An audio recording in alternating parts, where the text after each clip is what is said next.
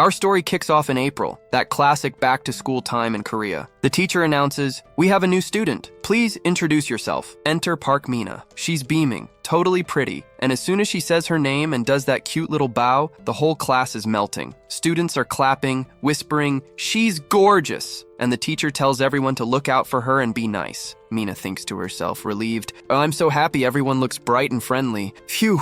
The teacher tells Mina to take the empty desk in the back. Mina replies, "Yes," and heads for her spot, but she immediately feels something weird, a chill. She thinks, "Huh? Why is it so cold?" She glances over at her neighbor's desk and notices cruel graffiti scratched into it. "Loser sits here." Mina catches on instantly. Is she being bullied? She looks at the girl's hands and sees she's super skinny and covered in plasters and bandages on her fingers. And there's more. Mina catches a specific scent coming off her and thinks, what is that smell? Cigarettes? Or is it incense? Mina, keeping her distance, tries to be friendly and break the ice. She smiles and manages a hesitant, "Hi, what's your name?" The other girl immediately assumes Mina is judging her, thinking, she looks depressed. That's what she must be thinking. The girl is frozen stiff, clutching her phone. This is Shin Naerim. This is where we dive into Naerim's mind. While she's like a statue in real life, her mind is racing. She narrates to us that she makes dolls and writes online novels. And she's not a nobody. Her blog is super popular with thousands of hits, and she was even named one of the year's power bloggers. In the classroom, she doesn't say a word. People online describe her as an honest and inspiring writer. On her phone, her fingers are flying, typing fast. Mina is impressed by the speed. Naerim explains, "Basically, I'm a keyboard warrior with a strong online presence, but it's not a negative one since I don't write mean comments. And unlike how she is offline, online she is incredibly bright and sociable." Park Mina there says, "I hope we can get along." Naerim reveals that the protagonist of her novel is her complete opposite. Always bright and brave, perfect life, rich boyfriend, loving family, and supportive friends. She projects into fiction what she lacks in reality. Back to the cold reality, Naerim gives Mina her response. "You'd better not talk to me." Mina is confused. What? While Naerim thinks about how her character overcomes everything and gets a happy ending, reality comes knocking, or smacking. Some girls walk up and assault Naerim with a hard smack to the head. The bullies laugh and the main aggressor says, "Hey Wig, you heard the teacher, right? Be nice to the new girl." Two other girls tell Mina, "Let's be best friends." Mina only manages a timid yes. Naerim thinks my life, however, is a mess. They call her Wig and Witch Girl. These have been her nicknames since elementary school. Mina stands there asking if Naerim is okay. The teacher notices the commotion and yells, "Stop messing around back there." The bullies cover up. "Yes, yes." Naerim, bleeding with a defeated look, thinks, "This isn't a joke, teacher." The teacher finishes, "Don't get too hyped up about tomorrow's school trip." The next day, the class is gathered near the buses. Naerim is there, isolated, thinking, "I hate this." Suddenly, bam! A girl bumps into her, and Naerim falls over like a broomstick, landing face first in a mud puddle. The bully says, "Watch where you're going, Wig." And the other one says, "Girl, you pushed her." The bully adds, "Ugh, she made the mud get on me." The others laugh, "Hilarious, she fell right into the puddle." Naerim laments, "It's barely started, and I still have 48 hours to go." Later, everyone is gathered in an auditorium. The instructor warns, "Okay, open up your bags, I'm going to check what you brought." While bags are being passed or opened, one of the bullies slips a bag to Naerim and whispers, "If they find out, you're dead." Naerim accepts it silently. Naerim opens the bag, and when she sees what's inside, she's instantly shocked. It's full of liquor bottles. Naerim freezes, "Crap!" And at that exact moment, the teacher appears behind her and furiously asks, "Shin Naerim, what is this?" Naerim is paralyzed with fear. Naerim thinks, "I'm dead." The teacher confiscates the bag. The surrounding students whisper, "Wow, damn, how many bottles is that?" She is so screwed. Naerim trembles, feeling the judging looks. "Don't look at me like that." Night falls. The atmosphere in the girls' room is awful. One of the girls complains, "Our one school trip is ruined now." Naerim is in a corner, isolated as always. Her phone vibrates. Ring ring. It's a notification from her blog. A new comment on her novel. "Wow, amazing. Your writing is so good I thought you were in your 20s. For a second, a microsecond, Naerim forgets the hell she's in. She smiles. Fatal mistake. A pillow slams into her head. The bullies turn into monsters. "Wig, you're smiling when we're all pissed off." They start beating Naerim with pillows, kicking her and throwing snacks at her. "Eat this, Wig." Another one in the corner yells, "Don't waste our chips." It's a scene of total humiliation. Suddenly, a voice cuts through the noise. "Hey, stop it." The room falls silent. It's Song Gina, and the girl next to her starts coughing. There's dust in the air. Myung has asthma. Naerim narrates to us, "Everyone likes Gina because she's cute. We used to be pretty close. Not anymore. It still surprises me that we were friends once." Gina, with a sly smile, changes the focus to cheer everyone up. "Guys, I have an idea. Let's go outside and do something fun." Someone asks, "Like what?" Gina says, "There's an abandoned church nearby. Let's see who's the bravest out of all of us."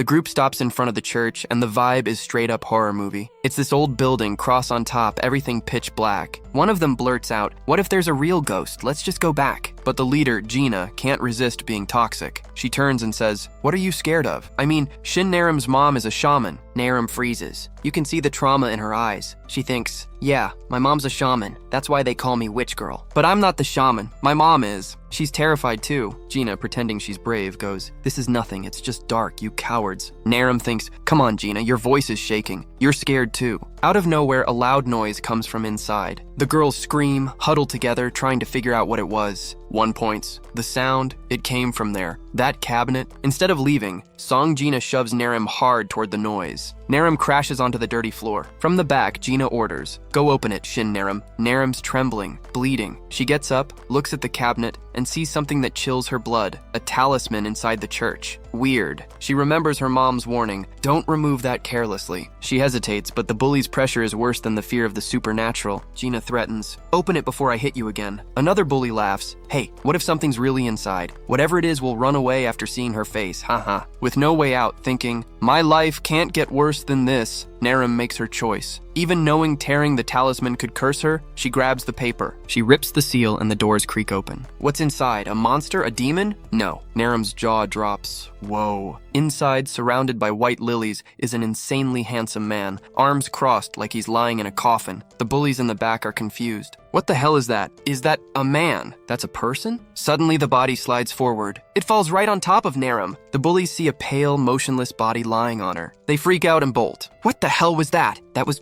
a corpse? Run, just run! They ditch Narim, leaving her trapped under what they think is a dead body. Narim's paralyzed.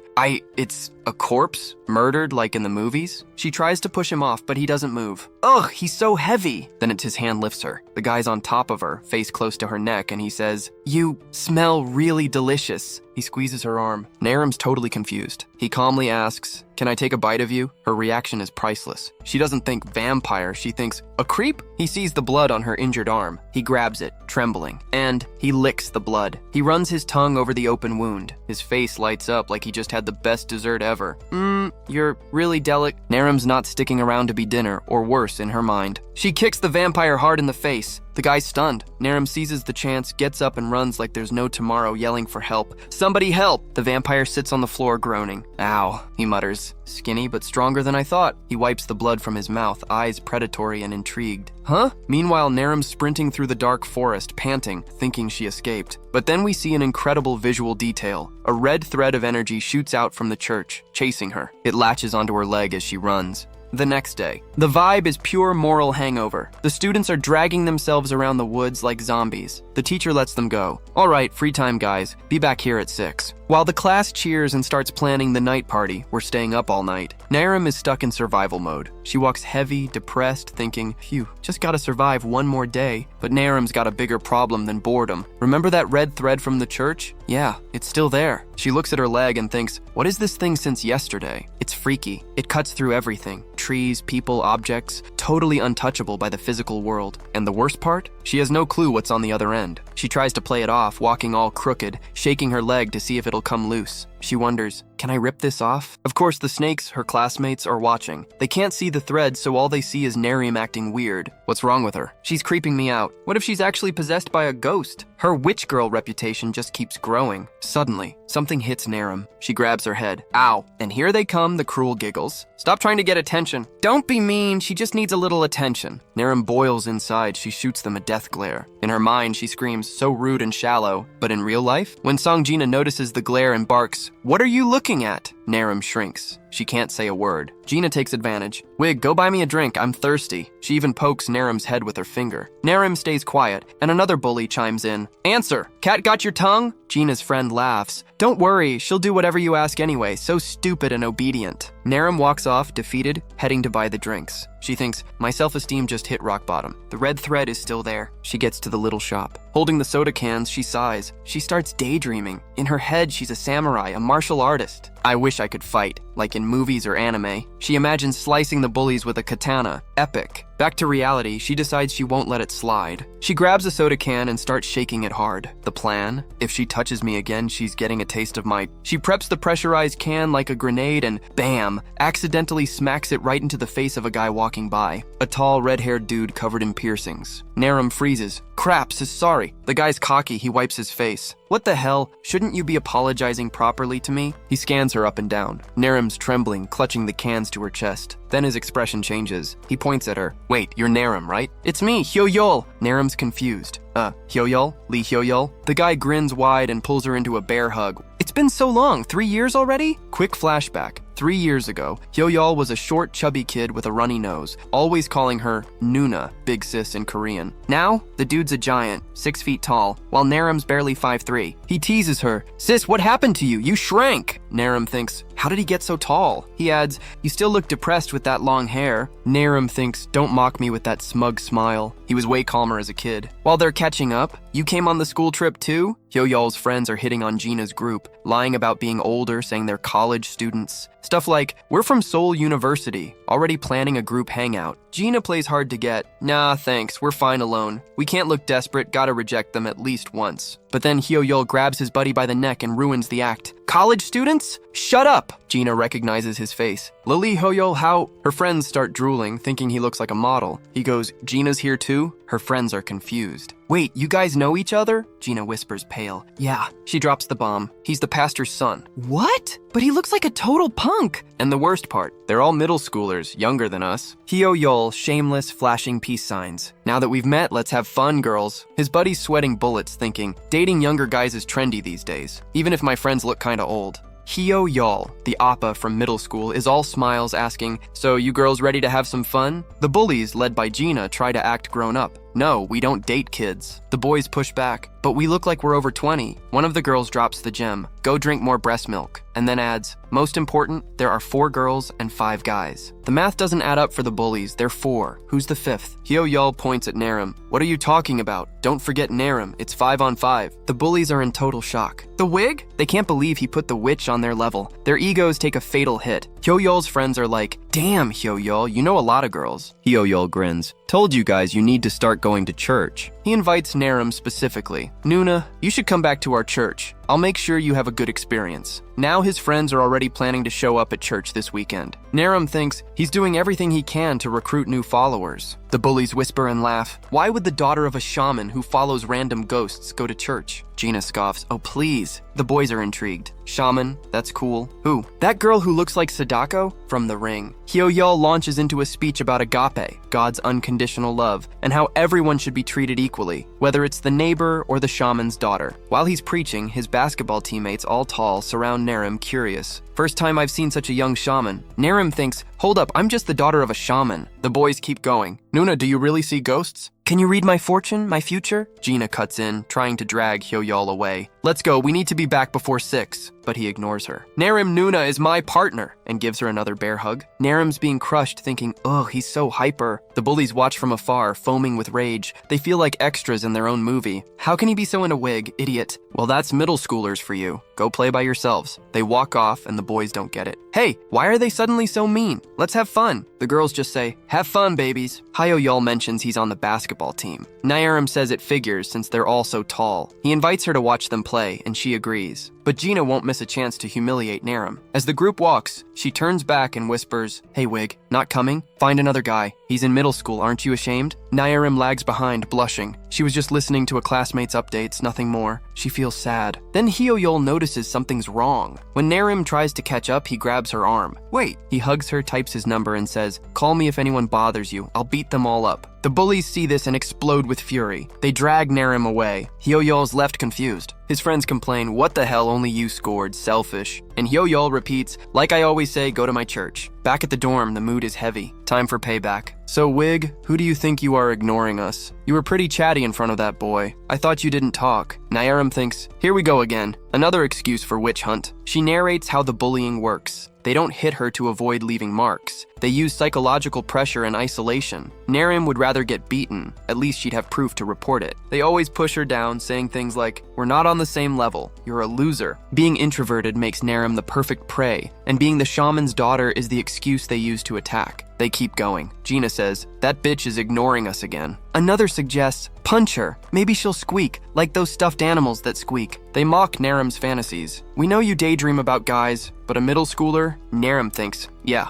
if only this were a K-drama, the male lead would show up and save the damsel in distress." But reality's different, or maybe not. At that exact moment, a message from Hyo-Yul pops up on Narim's phone. The bullies keep plotting. "Since we don't want to share the room with her, how about we lock her out tonight?" They shove Narim onto the balcony and lock the glass door. Gina laughs from inside. "Beg us, then we'll open the door." "You." She looks even more like a ghost. "Close the curtains." Narim's alone, cold, on the dark balcony. Already discouraged, she thinks of her fantasy. A knight in shining armor on a white horse, but sadly, that doesn't exist. And then, what shows up isn't a Prince Charming. The red thread on her leg glows. Perched on the balcony railing, crouched like a predator, is Fatecho, the vampire. He grins with sharp teeth and says, "Found you, Asian witch." Narim screams, "Ah, what is that?" Not the prince of her fantasies, but close enough. A prince on a black steed appeared. Inside, through the glass, the bullies are pale, totally shocked, staring at that shadowy figure. The vampire looks at Narim and drops a cold line. "Looks like they abandoned you." Then he makes the offer you can't refuse. "So that means I can take you away?" Without waiting for an answer, consent clearly isn't a vampire thing, he says, "Then, now." And in a flash, scoops Narim up in his arms and leaps off the building. "Let's go!" Narim screams in her head, "Ah!" But not out loud. She can't even open her mouth. Her brain glitches. He's not a prince. He's a messenger of death. They fly through the night, full moon behind them. The vampire, holding her, asks, "Not even a little scream?" He probably thinks she fainted, but she's screaming internally. He asks, "Why won't you open your eyes?" And she thinks, "Did we already reach the underworld?" When Narim finally opens her eyes, she blurts, "Wow, the view is gorgeous." They land in the yard of an isolated temple. Narim hides behind a tree thinking, "What is this place? And isn't this the creep from yesterday?" The vampire calls out, "Shorty, did you fall asleep?" She notices something weird. The red thread from her leg is connected to his neck, and there's a metal collar there. Suddenly, a new character appears. A bald little kid dressed like a monk jumps in with a staff. "You!" It's the young monk, Sam Mi. He's furious. Where did he run off to? When he spots Narim, he freaks, You there, a ghost woman?" Narim starts trembling. She yanks the red thread and the vampire, who was hiding up in a tree, crashes down in front of the monk. Damn, what is this red thread anyway? The monk starts whacking the vampire on the head with his staff. "You little bat!" The vampire defends himself, using Narim as a shield excuse. "She pulled me out, don't blame me. She's a person, she's human." The monk says, "Don't try to fool me, a mere ghost couldn't break my talisman." But the vampire insists she's just human. The monk studies Narim.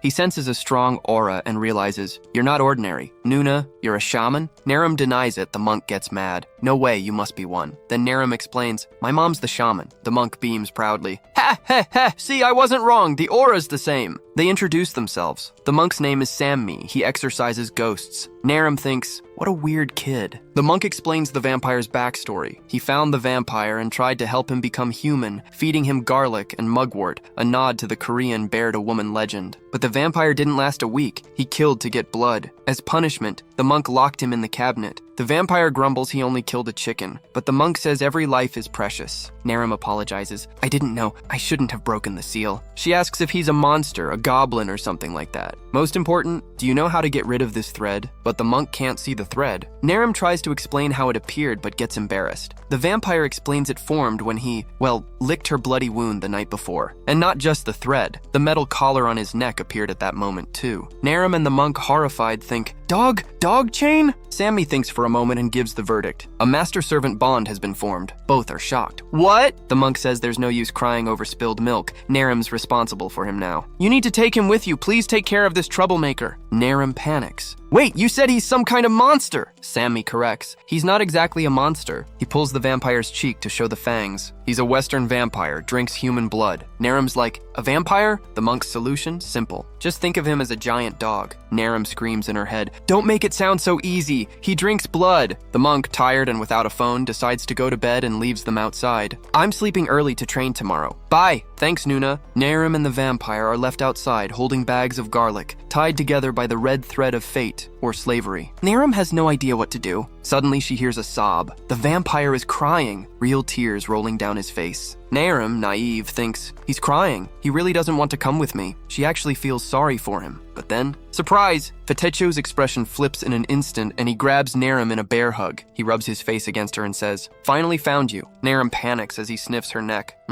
That sweet smell. I knew it. The tears? Pure joy or hunger? He kneels like some gothic gentleman and formally introduces himself. "Allow me to present myself. My name is Vlad Fetechu. I've been searching everywhere for you." To seal the meeting, he plants a delicate kiss on her wrist. Naerim freezes. He smiles and drops, "Pleasure to meet you, Master." Naerim remembers what the monk said. He tried to make Fetecho human by feeding him garlic and mugwort, the diet from the Korean bear legend. But the vampire didn't last a week. He killed for blood. Result, he failed the test and stayed a blood-sucking monster. Cut to the school dorm. Chaos everywhere. Everyone's looking for Naerim. Song Gina and her crew tell the truth. A man in black grabbed her and jumped off the balcony, but nobody believes them. They think it's some creepy internet forum story. The official version becomes, Naerim snuck out for a secret night walk. Naerim manages to come back in one piece, probably flying with Fetechu, and the confusion dies down. She's in bed thinking, so heavy. Am I having another nightmare? Suddenly, Fetechu mumbles in his sleep, "Master, I'm hungry," and he bites her shoulder. Naerim shivers and jumps, yelling at him not to get near her. Fetechu tries to calm her. Okay,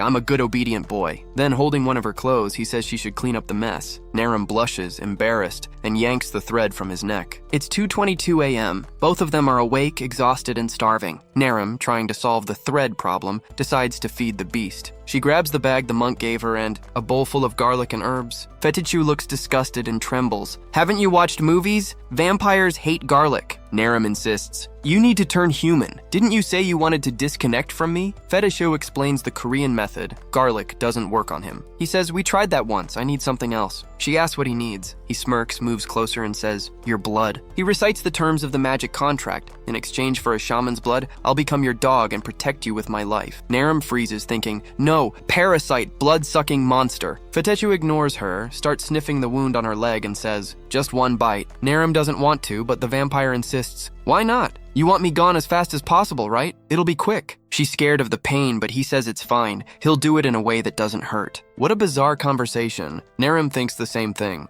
Naerim's scared of the bite, but Fetecho starts licking the wound on her leg. She shivers, heart racing, thinking she's about to lose a chunk of her leg. Suddenly, a cracking sound. Naerim panics and shoves him. "What are you eating?" Fetechu, looking totally satisfied, answers, "Your scab." Naerim is horrified. He even puts on a little act, apparently imitating a TV commercial, saying the snack was delicious. Naerim bursts out laughing. She thought he was eating her leg, and asked how he even knows that commercial. He gives the obvious answer, watching TV. Then he says he's never seen her smile before, and that her smile is beautiful. She gets shy, wondering how he can say stuff like that so easily. Then she notices the scars on her leg are gone. He explains, "The magical power of immortal saliva. Healing's fast. Her leg is smooth, no scar at all. He healed her with a lick." Naerim notices the red thread is gone too, but Fetechu warns, the thread didn't disappear. It probably just turned invisible. He explains the golden rule of the contract. The thread will show up if you get hurt. If it reappears, I can come save you anytime, anywhere, my master. Sounds like a good deal, right? He seals the promise with a hug, saying their contract is perfect. Naerim, of course, is flustered. Fetechu complains he's suffocating in this place and wants out. He hasn't left since he got here. He begs her to take him for a walk or he'll die of boredom. Naerim steps back immediately and the vampire face plants. She's embarrassed, he's in pain. So she tells him to stop saying stuff like, "I'll die," as if it's nothing. Fetechu argues people say that all the time, and besides, he won't die. He's a vampire. Naerim says she knows, but people say it casually. They don't really know what it means to want to die. If they truly did, they would. Then she realizes she's taking it too personally, getting too emotional, and now the mood feels heavy. She starts putting herself down, thinking, "Of course I'm just a weirdo. What should I do? I'm too embarrassed to even turn around." She's tense. Then the vampire comes up behind her, notices she's not okay, hugs her, holds her hands. He looks at her hand and says, "My master, you've been so lonely, haven't you? I'm sorry. I'll never say things like that again." Naerim feels his cold lips touch her skin, the chill spreading through her veins, hitting her heart. Her eyes fill with tears. Then the vampire says, "I think witches are always lonely. It was the same where I grew up. And do you know why?" Naerim thinks, because witches are ugly. But before she finishes, he pulls her close and says, "It's because people were jealous of them." Naerim, shocked, asks, "Jealous of what?" He brushes her hair away from her eyes and says, "Witches are beautiful." Later at school, the vampire's words are still stuck in Naerim's head. "What do you mean witches are beautiful?" She looks in the mirror, questioning herself. Where's this beauty I don't see? While she's at the bathroom mirror, some girls come in gossiping. "Hey, do you believe the rumor from the school trip? Then they see Naram in the mirror, and one whispers, "Should we ask her?" The other replies, "No, hurry up and go poop." But when Naram tries to slip out quietly, one girl stops her. "Did you really see a ghost on the balcony?" Naram freezes, not knowing if she should tell the truth. The girl presses, "Did you or didn't you?" Naram, nervous, thinks, "Why are they talking to me out of nowhere? What do I even say?" At that moment, two more show up, the bullies. They immediately find it weird that Naram's chatting with the other girls. The two girls bail fast so they don't get dragged into it, and Naram takes the chance to escape too, thinking, "Phew, I thought my heart was gonna jump out of my mouth." Later, Naram's walking down the hall while two guys are talking about the budget for snacks and drinks for the students. She passes by with her head down. One of the guys notices her, looking puzzled. He seems to recognize her.